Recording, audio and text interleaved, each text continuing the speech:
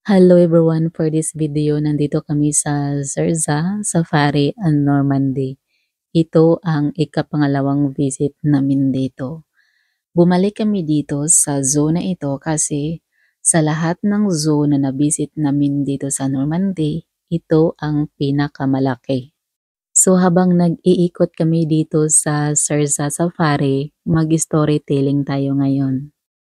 Para sa mga Filipina na nakapagpangasawa ng French or may fiancé na French, kung hindi pa kayo nakapunta dito sa France, dyan pa lang sa Pinas, kung mag-travel kayo, i-enjoy nyo na.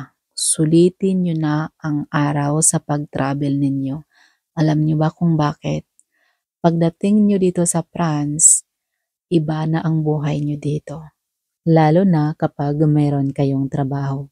Kaya i-enjoy ang buhay ninyo habang kayo ay nagta-travel kasama ang inyong asawa or fiancé. Next, i-enjoy ang inyong magagandang kwentuhan, lambingan, kasi kapag makarating na kayo dito sa France, yung mga matamis nyong kwentuhan, matamis na lambingan, mapalitan yan dito ng sadness, minsan kasama pa yung depression.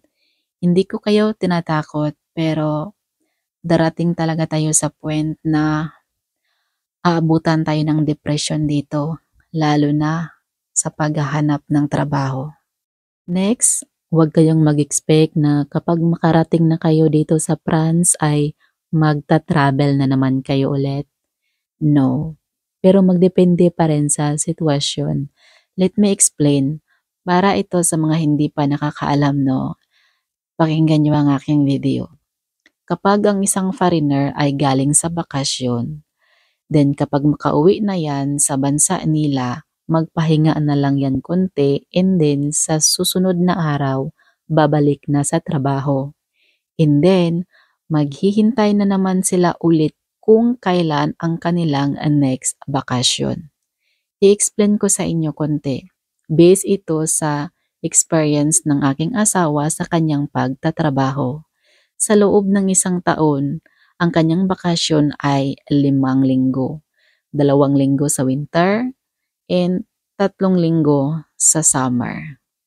Kaya ko sinabi dito sa aking video na kapag mag-travel kayo dyan sa Pinas or kahit saang bansa man, i-enjoy nyo na. Kasi kapag makabalik na yan dito sa France ang inyong asawa na French, hindi na unlimited ang kanilang oras na ibigay sa'yo at hindi rin unlimited ang inyong pag-uusap. Kaya i-enjoy ang lahat. Siyempre, ang number one na hindi unlimited ay ang pera. Number one talaga yan. Basta palagi ninyong tatandaan, hindi lahat ng foreigner ay mayaman. Pero yung ibang mga foreigner, kapag bumibisita sila sa Pinas, feeling mayaman yung iba. Yung iba lang ha, hindi ko nila lahat.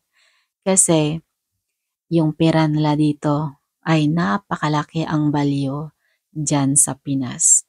Kaya feeling mayaman yan sila kapag bumibisita sa Pinas. Yung iba lang. Imagine ang 10 euros dito sa France, hindi makapunta sa restaurant. Pero kapag ang 10 euros dito sa France, sa Pinas yan gamitin, makapunta na tayo sa restaurant. Kaya, dyan pa lang sa Pinas, i-enjoy nyo na lahat.